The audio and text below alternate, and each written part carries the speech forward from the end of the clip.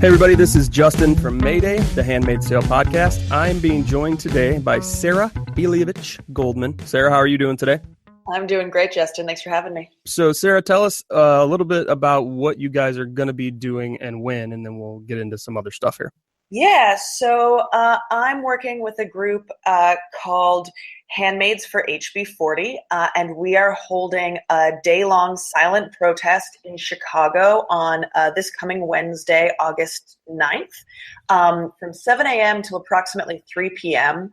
At the Thompson Centre, which is outside the governor's office in Chicago. The capital of Illinois is down in Springfield, but this is their Chicago offices where we will be protesting in support of HB40, which is a bill that would protect women's rights on many, many different levels. The bill has already passed the House and the Senate, and our governor, dear old Bruce Rauner, is now threatening to veto it. So we are trying to make sure he does not do that. And how many of you will be out there at this protest? So we're doing it a little differently. We have between 2 and 4 handmaids who will be rotating all day, standing completely still and silently. Unlike other protests that are about kind of getting this information out, we'll also be having an informational portion, but this is really about the power of persistence, of presence, and of what happens when you don't take your eyes off of it. We want the governor to know that we are all watching this very closely.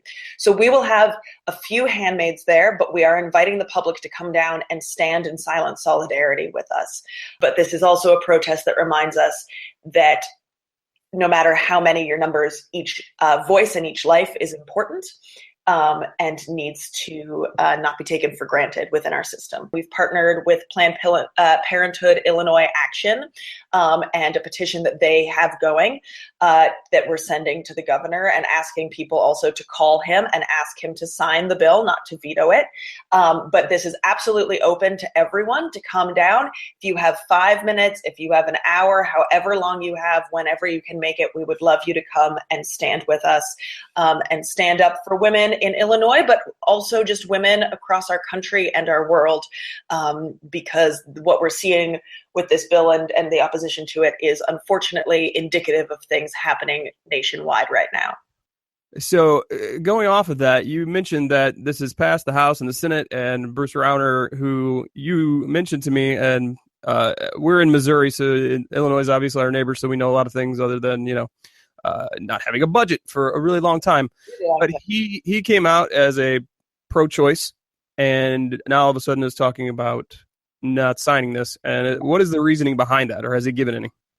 He hasn't given a ton. It passed the House and the Senate by a very narrow vote.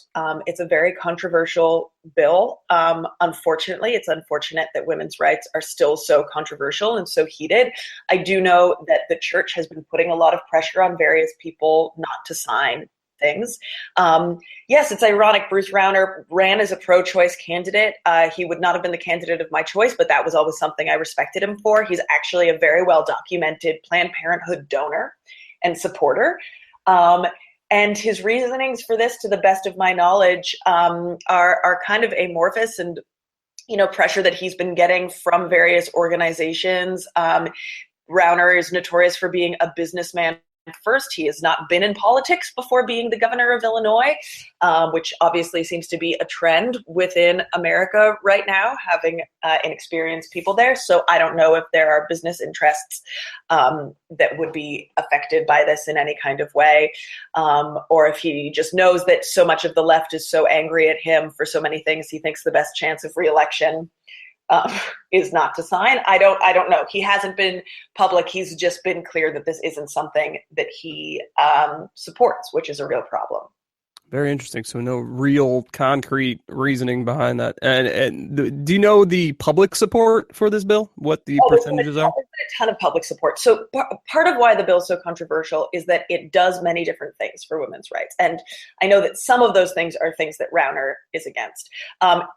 There's been a ton of support for this bill, as it is one of the primary things that this bill does is remove the trigger law from Illinois. I don't know if you guys know about this, but Illinois currently has this law that essentially says if Roe if Roe v. Wade were overturned within the state of Illinois, life would automatically begin at conception.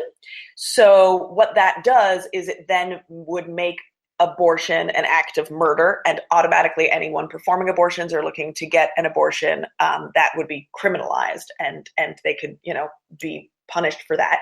And it also therefore affects a lot of contraceptives, because anything that interferes then with the idea of life beginning at conception would also be made illegal. So things like the pill and IUDs are automatically then would become illegal.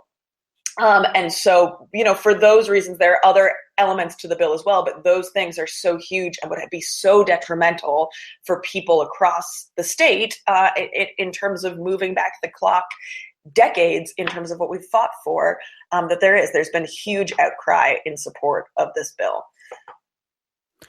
So just as a man, I have a question, because all these things happen, and you hear about all the contraception being, like you said, being illegal. If that was to happen, would it be illegal to get a vasectomy on the other side of things? Well, I don't know. There hasn't been that much talk about that, right? Like, I would venture a guess that probably not, but I couldn't say for sure. Definitely, that's not one of the things that's been talked about. That's very, very interesting. Interesting how that works, huh? Yeah, really, right? Viagra is covered by everything, but you can't get coverage for birth control to save your life sometimes. It's amazing. So tell me how you came to be involved with this. So this is something that's been near and dear to my heart for a long time. I'm actually Canadian, and we've got very different laws up there in terms of abortion and women's rights. And so my whole life, it's been something very, very close to me. I actually grew up knowing Henry Morgenthaler, who's the man who got abortion legalized in Canada. And then after Trump was elected, I joined a whole bunch of different activist groups to hold myself accountable and make sure I was participating, because my life, like everyone's, can get incredibly busy and swept away, and realized, like so many people did, that if we don't stand up, no one's going to stand up. One of the groups that I belonged to, that was just a group of friends who would get together every week and make calls to representatives starting in January. HB40 was one of the big things that the group was pushing for and talking about the real dangers of what could happen if this bill didn't pass. So I've been involved with it for quite a number of months now, and educating people and calling people and going to different information nights about the bill. And then I'm also part of a group called OFA, which is Organizing for Action. And there are many different chapters of OFA all across the country.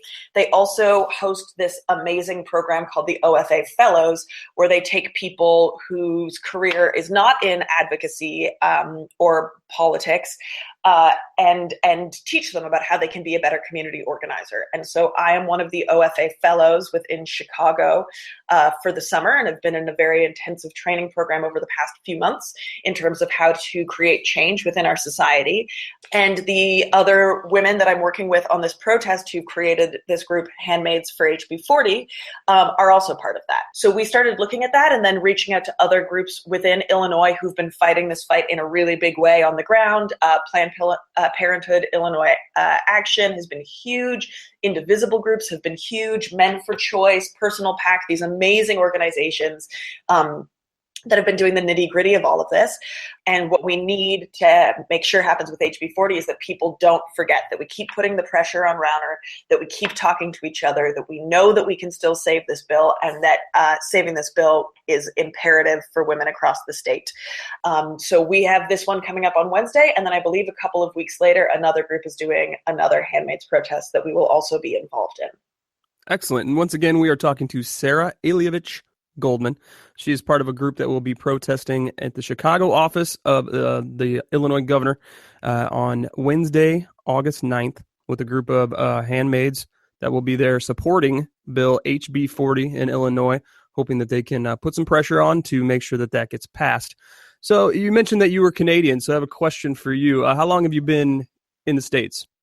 I've been living here full time about 4.5 years. What's your general view of what you've seen from moving from Canada to here, as far as the American healthcare system and women's rights and just kind of everything? Give us like the Canadian, Longtime really Canadians. want the answer? You really want the answer to I that? absolutely want the answer. I want to know what you, Okay. coming from Canada, coming here, what is your perspective and what's your opinion? Let me lay it out for you. I think what's happening down here is criminal. I think that it's absolutely criminal, and that people in the States need to realize that the system that you're in is not the only option. Amazing people that I talk to here still believe somehow that this is the way it has to be on every level, that this is the only way that it's functioning, for example. And it's a lie. What healthcare costs here is not what healthcare actually costs. I actually had the ability to compare and contrast this in a very stark way recently. My husband and I and our kids were traveling and visiting my family up in Canada recently, and he got very sick very suddenly and had to be rushed to the hospital.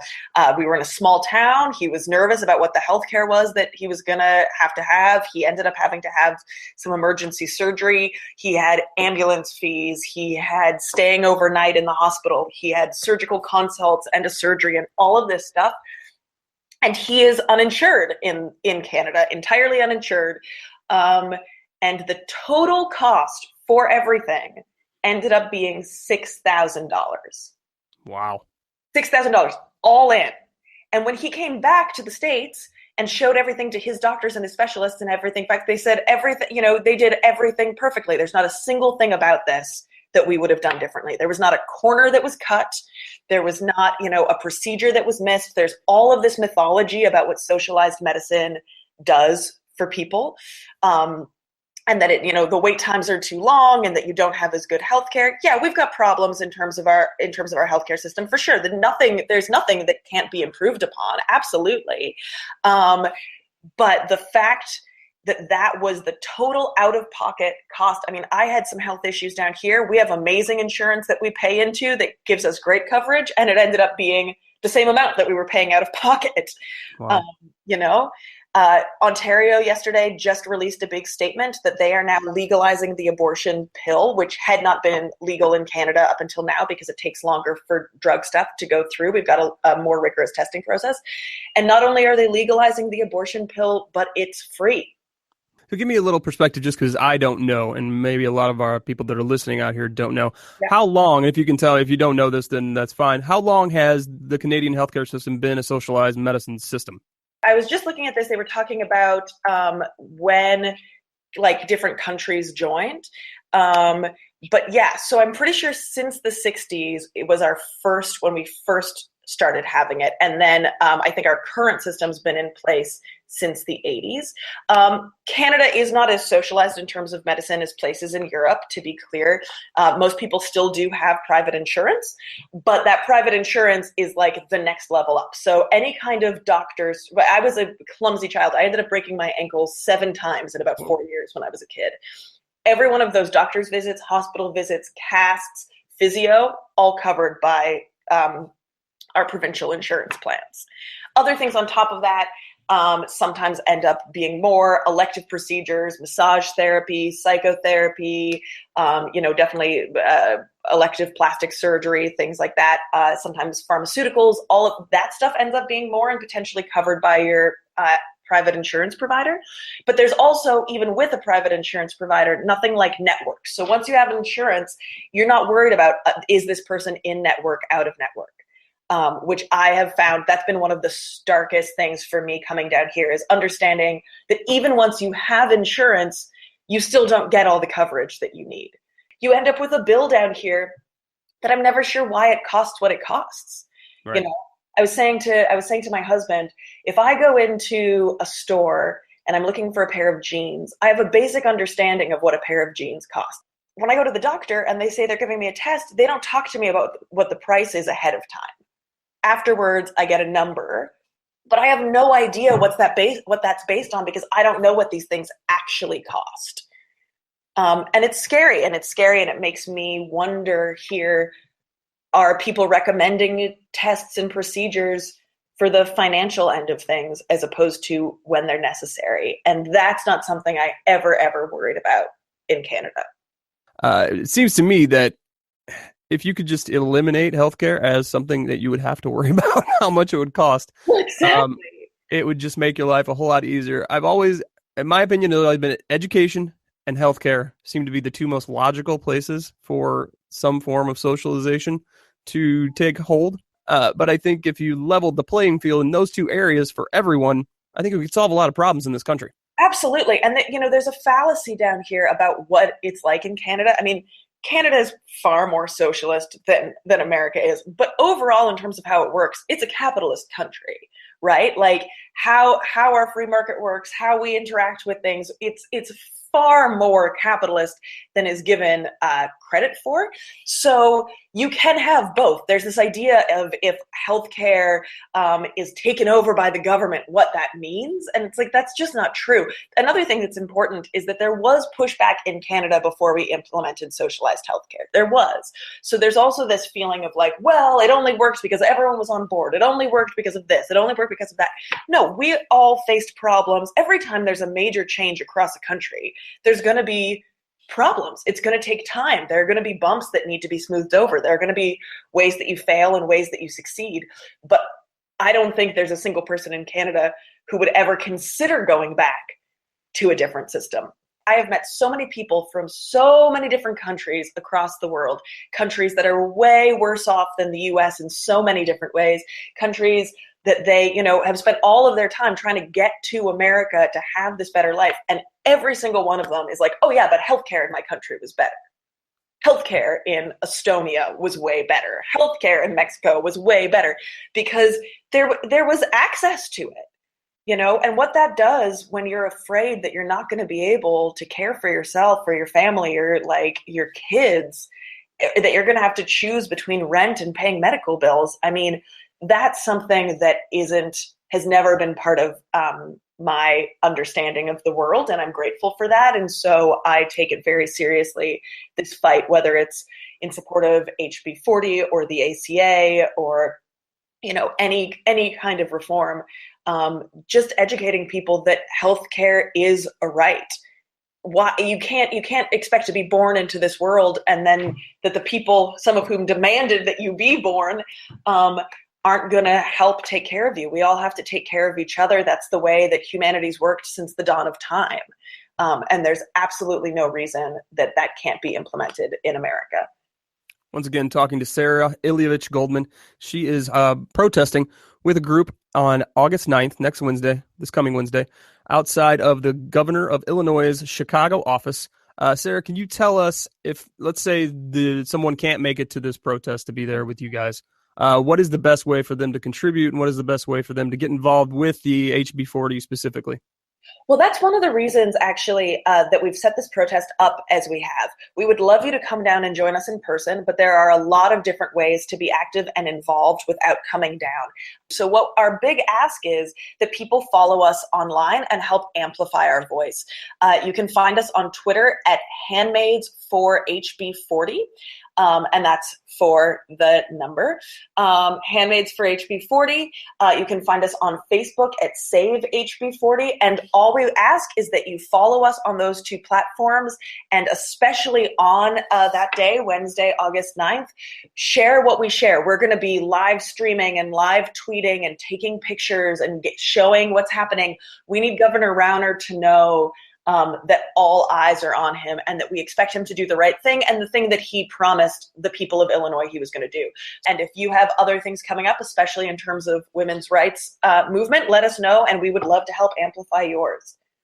Yeah, I think that's one of the things that's really interested me since I've started doing this podcast is one of the things that we aimed to do was, especially with the show being so heavy, so dark, as far as material goes, we wanted to, shine a light on all these people and organizations that are making a difference, especially in the areas of women and girls and women's rights.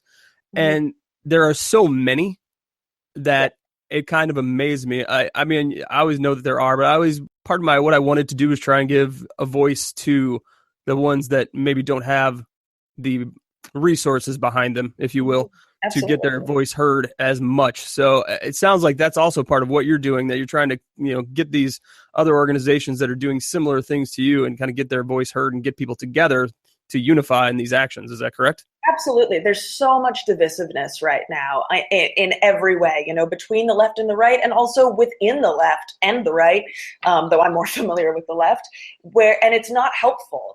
There's reasons for it, and those reasons do need to be addressed, but it's not helpful. One of the reasons we chose the symbol of the handmaids is, yes, it's an amazingly powerful image, but it's also the image that our sisters have used across the country to great success. And so we do this for ourselves, but we also do this in a show of solidarity for them and their fights, and let them know. I mean, especially in Missouri, we've all been watching very closely what's been happening down there, that we're standing with you. There's no reason to reinvent the wheel right now. We are much stronger united than we are divided. And so anything that we can do to join in that unity is what we are looking for. I hope this protest for you guys goes well. It sounds like I like the approach of being there all day long. Just the symbol of that is going to be excellent. And I assume that you guys will get a lot of press coverage because that will be a big deal. Have there been very many of these handmaids protests? You see them popping up all over the country now. Has there been very many in the Chicago area? There have been a few in Chicago, again, very much about this bill, HB40. That's the idea, is just to remind him and to remind the public that we aren't going anywhere, that this issue isn't going anywhere. People have been there before us. We will be there Wednesday. People will be there after us. And we're just going to remind him that we're not going anywhere. So once again, we were talking to Sarah Goldman. She's going to be heading up this protest in Chicago outside of the governor's office in Chicago. Sarah, a little more Canadian perspective. So you grew up in Canada, so you were in Atwood territory there. Indeed. So can you speak to the impact and the importance of The Handmaid's Tale novel and just her in general as an author in Canada? Oh, yeah. I mean, it's actually interesting. Since the TV show came out, which was shot in Toronto, you can play fun Toronto geography watching the world fall apart in The Handmaid's Tale. You realize that, to Margaret Atwood, I grew up with Margaret Atwood being a superstar. The Handmaid's Tale was on my required reading list in high school, and I'd already read it, and I think almost all of her other books before then. She has always been a symbol of ferocity and of fearlessness in a way that has always been much revered. I remember when the Handmaid's Tale opera was on a few years ago at the Canadian Opera Company. So she is someone, I'm a writer and a woman and from Toronto, so she's always been someone that I've looked up to with great admiration, and have had the pleasure of having our paths cross once or twice socially, which has always been lovely. She is quite a woman, and Canada holds her very, very dear to our hearts. That's excellent. And so have you watched the show? I assume you have. I've seen parts of it. I actually haven't seen all of it because I feel a little bit like I'm living The Handmaid's Tale right now. A little too close to home. There's been a lot of that reaction, I'll be honest with you. I do most of our social media stuff, and I'll see people that are just like, this is I can't watch this right now. Yeah, it's too close to home. It's weird. It's one of those things. It's a combination. First of all, I've read the book about 5 times. So I'm like, I really want to see. I've heard that it's just absolutely stunning. And from what I have seen, the camera work and how they captured the story for the screen is beautiful. And I will sit down and make myself watch it one day. But there's a combination of it is overwhelming right now living in the States. And then this weird thing where it's shot in Toronto, and I'm in the arts community, and a bunch of my friends are in it. So there's also wow, okay, cool, of seeing people and being like, oh, I don't want to see you in this setting. This is the last thing that I want. But I think it's almost prophetic that this has been in the works, making this series, given where the world is right now. Absolutely. And so you said you were in the arts, so let's give the listeners here a little background on what you do, because I know you have a background in theater, and you said you're a writer, so give us your rundown on you. Oh my, I do a little bit of everything. I fell in love with theater at a very early age and knew that that's what I was going to dedicate my life to. And I am trained. I have my BFA in acting and through my BFA program, got involved with a brilliant playwright who took my love for the written word and encouraged me to go into that. So I've been working primarily as a playwright for the last 7 or 8 years, but on both sides of the border. I also do some directing. I'm a founder of a theater company in Toronto, which has carried on, though I've moved down to the States. So I'm always interested in what theater does and what its impact can be. And so I take on a wide variety of roles within that to make sure that the most impactful work is happening on our stages. There's actually a company that I'm semi-involved with in Chicago is doing a stage adaptation of Margaret Atwood's Alias Grace very shortly, which is also an absolutely incredible novel. So I'm very excited. And there's a movie, I believe, of that coming up too. It's actually going to be, I don't know what you would call it. It's a short run series. So it's a 4-episode series that will be on Netflix. It's Canada gets it first. Of course they do. And then on November 3rd, I believe, is when it premieres on Netflix here in the United States. I'm so excited for that. I mean, Alias Grace is an absolutely incredible novel as well. But primarily I do playwriting, and I work on also educating, and I work on a lot of social justice stuff. So on top of being a writer, I've been an adjunct professor of playwriting at UIC Chicago for the past 2 years. I work with the Auditorium Theater here, going to the south and west side of the city, and teaching in elementary schools the power of language and drama and art, and incorporating that into their academics and working with their teachers to make their kind of core subjects more creative and accessible for all students. I've run workshops through Open Books, which is a literacy program in Chicago that I have taught with. So it's really, for me, not just about art for art's sake, but art as an advocacy tool and as a message. And I work with companies that have that similar purpose in mind. Excellent. So you're not doing very much. Gotcha. Yeah. Like little days on my side. So, this just popped in my head. Talk to me, if you can, being someone who's in the theater, background. Talk to me about the theatricality, if you will, if that's a word, if I just made that up. The theatricality of the protests that are happening right now, and why those kind of protests seem to garner the most attention. And do you think that those are more effective than, say, your large marches, or are they kind of their own separate entity? Well, one of the things so first of all, it's interesting that you talk about the theatricality of protests. I think all public elements have real theatricality to it, and learning how to shape that message and what message you're trying to put out there is an incredibly important part of making sure that you are successful. Despite my deep, deep hatred for the man, Donald Trump is a master at theatricality, and figuring out who's looking where and how to make the biggest kind of splash. As far as real change coming from any protest, I think a question we always have to ask ourselves is, what do we want accomplished with this? I've been doing a lot of reading on protest history to better understand the culture of protests and that movement within this country in a historical practice. And one of the best things that I've ever read is Walking with the Wind, which is John Lewis's memoir about the civil rights movement.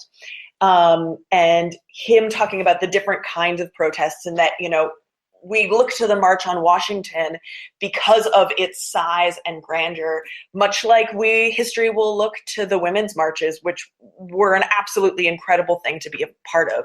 But the point of those is size and scale, and it doesn't always ask the question, now what? And you need to know now what for something to have longevity. It's important to those to bring in people maybe who have never done this before, maybe who need that. There's a real feeling of being lifted up by the theatricality of those things, by the speakers, by the chants, by the songs, by standing in the streets together. That is absolutely powerful. But I think that figuring out how you shape a message that goes along with it with real steps is equally, if not more, important.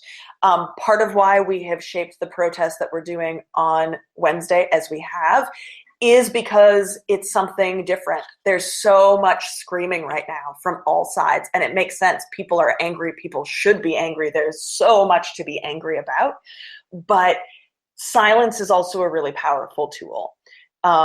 Individuality is also a really powerful tool. And hopefully, being able to harness that and show people that with a really clear action item, call the governor, tell him that he can't veto this, tell him you want him to sign, tell him that it will impact your vote. That is small scale theatricality that hopefully will have a big impact. There's a real movement within theater right now for these miniature one-on-one plays where it's literally one performer and one audience member. And the power of that is as profound as Broadway when you have all of the lights and dazzle and you're playing to, you know, a 2,000 person house. When someone's looking you in the eye and telling a story to you, that can be incredibly powerful and incredibly personal. And I think that we need more focus on that as a society, is reaching out to individuals as individuals.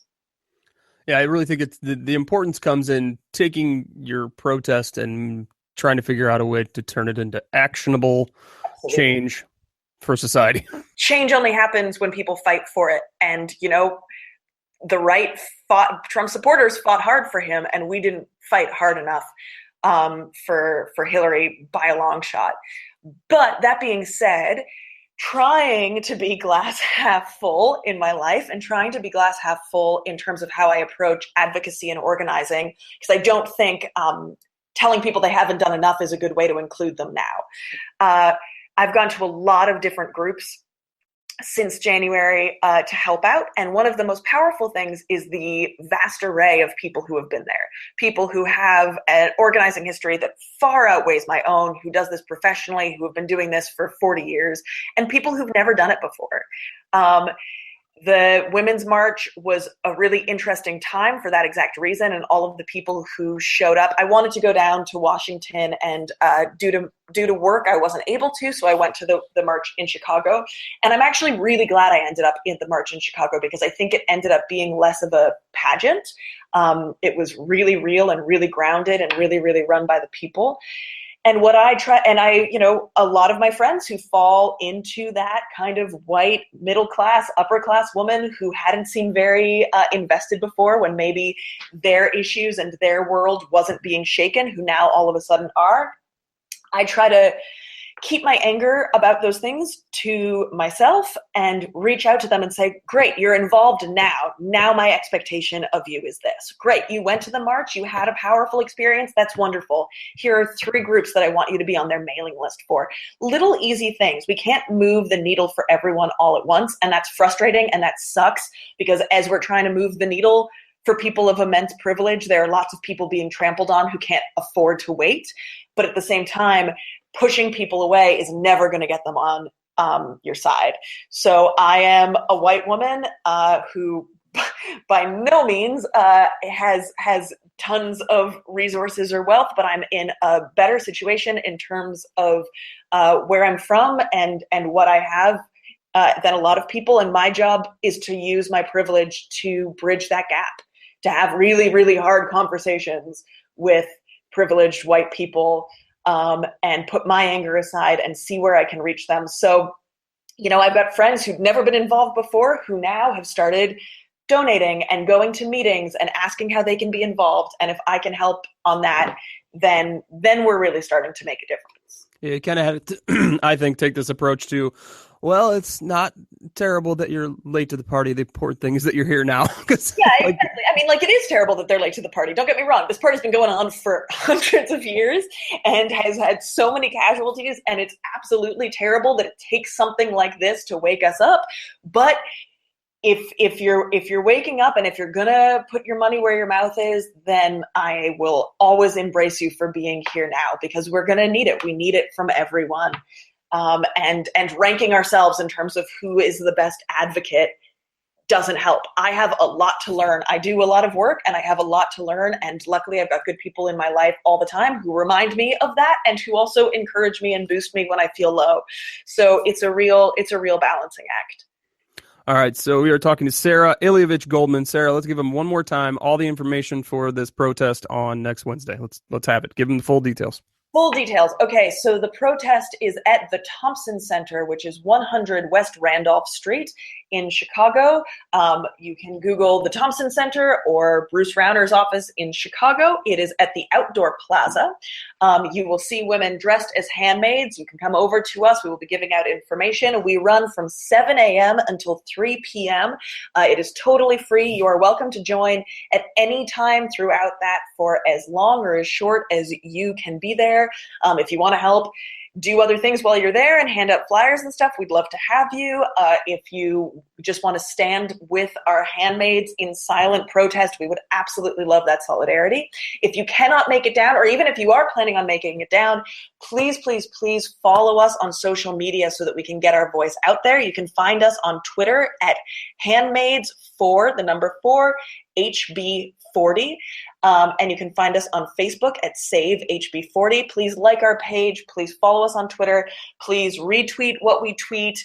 If you're coming down to the protest, do some live tweeting, some live streaming so that we can let everyone in Illinois and across the country know that we will not be silenced and that we expect Governor Rauner to make good on his promise from his campaign to be pro-choice and to sign this bill into law.